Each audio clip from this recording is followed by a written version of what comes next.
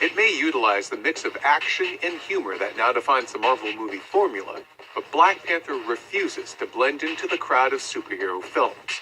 It stands out boldly, in part by opening up a beautiful new corner of the Marvel Cinematic Universe, but also with its topical themes. Not everything works across the board, but when it pits its cast of relatable heroes in an ideological battle with the MCU's most compelling antagonist in years, a huge amount of Black Panther works wonderfully.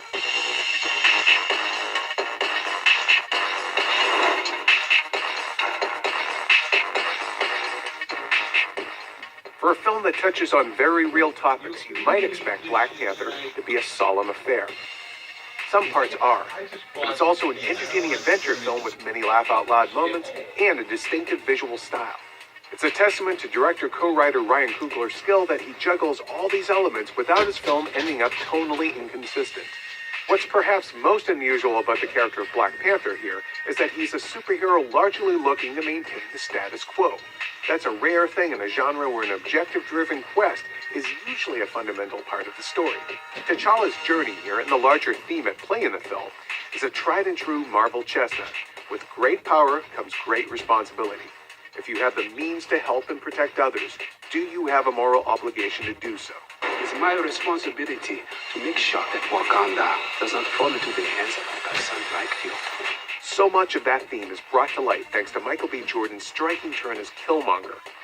If T'Challa is about maintaining traditions and keeping Wakanda's technology safely hidden, then Killmonger is driven by a need to right wrongs and exact justice.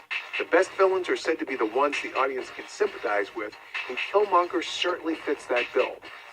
Black Panther does have some pacing problems, with the film getting off to a rather slow start. But overall, once the film finds its footing, Black Panther is both a fun ride and a deeply emotional journey.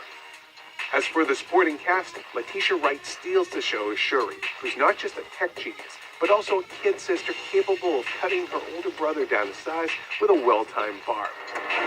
Woo! Let's go!